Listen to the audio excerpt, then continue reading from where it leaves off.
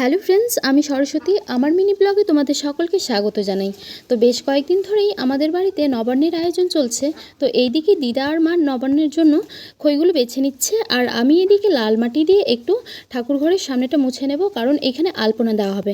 আর আমার মনে হয় কোনো পুজোতেই আলপনা না দিলে যেন অসম্পূর্ণ লাগে। সে যেভাবেই হোক, পারি আর না পারি, আলপনা দিলেই যেন ভরপুর লাগে। আর এইদিকে আমাদের পুজো তাড়াতাড়ি শুরু হয়ে গেছে, না হলে কারণ পরবর্তীতে পুরোহিত আর খুঁজেই পাওয়া যায় না, কারণ গ্রামের সকলেরই বাড়িতে পরপর পুজো শুরুই হয়ে গেছে। আর এইদিকে আমি দিয়ে নিয়েছি আলপনা।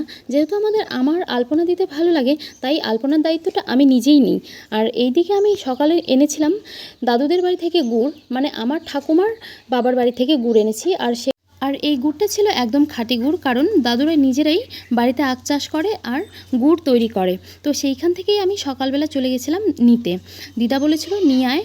তো এইখানে আমাদের মুরগি করা হচ্ছে, তো তারই একটু আয়োজন চলছে। তো প্রথমত আমাদের গুড়গুলোকে খুব ভেজে নিতে হবে, মানে জালটা কড়া পাক দিতে হবে।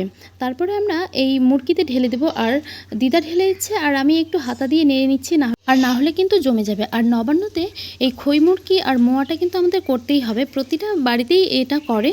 আর এইদিকে আমাদের বাড়িতে চলে এসেছে 4টা ফুটফুটে ছোটো খুদে। তো মা তাদের ডেকে আনলো, বললো, তখন তাদের প্রসাদ খেতে দিল। আর দিদা এখানে বলছে যে এখানে একটু রেখে দে, তোর